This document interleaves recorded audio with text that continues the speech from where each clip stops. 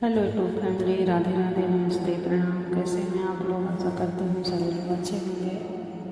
मित्रों, मैं अपनी अवधी भाषा में एक बहुत ही पुरानी पारंपरिक शादी ब्याह में गाया जाने वाला गारी गीत लेके आई हूँ, जो गांव में अभी भी गाया जाता है। हमारी माताएं बहनें गाती हैं और सब लोग पसंद भी करते हैं उसको। वही मैं गाने जा रही हूँ। प्लीज़ आप लोग फुल वॉच करिएगा, तभी समझ में आएगा। और कमेंट बॉक्स में कमेंट करके ज़रूर बताइएगा।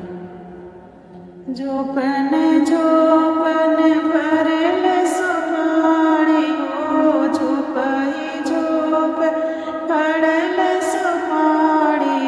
एक नारियल ऊपर बारी, हाजी रस नार की गली।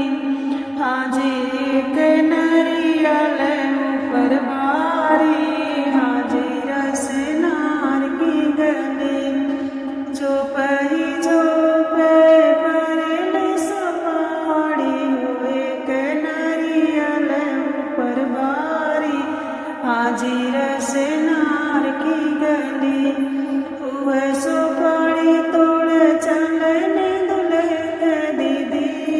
वह सुपारी तोड़ चलन दुल्हे के दीदी। वो नम के धैल बीमारी, हाजी रस नार की गली।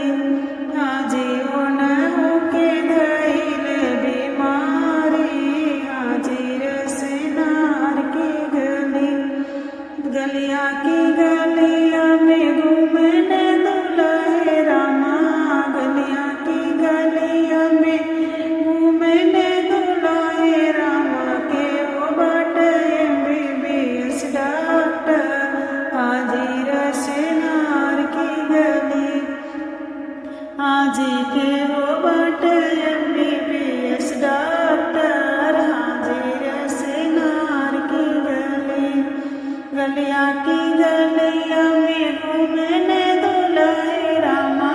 गलिया की गलिया में घूमने दुल्हे रामा के वो बाटे MBBS डॉक्टर, हाजी रस नार की गली। अपने महलिया से बोले न हमारे भैया। अपने महलिया से बोले न हमारे भैया। मैं बाटी MBBS डॉक्टर, हाजी रस नार की गली। हाजी हमें बाटी MBBS डॉक्टर, हाजी रस नार की गली। दुल्हे के दीदी के लइके भैया चढ़ी गया टरिया हो।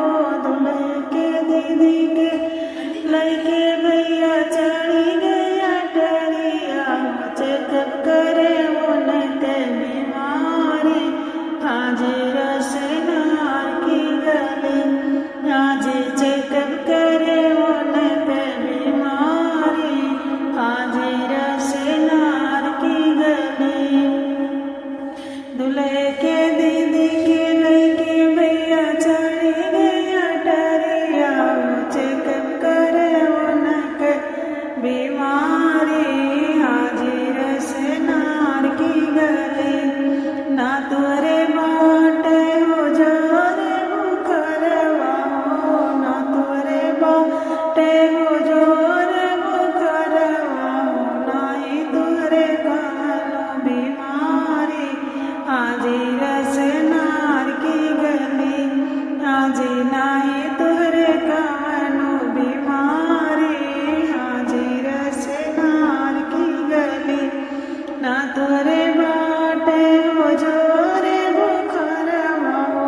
ना तोरे बाटे हो जोरे बुखरवा हो। तोरे ललन के बीमारी, हाजी रस नार की गली। हाजी तुहरे ललन के बीमारी, हाजी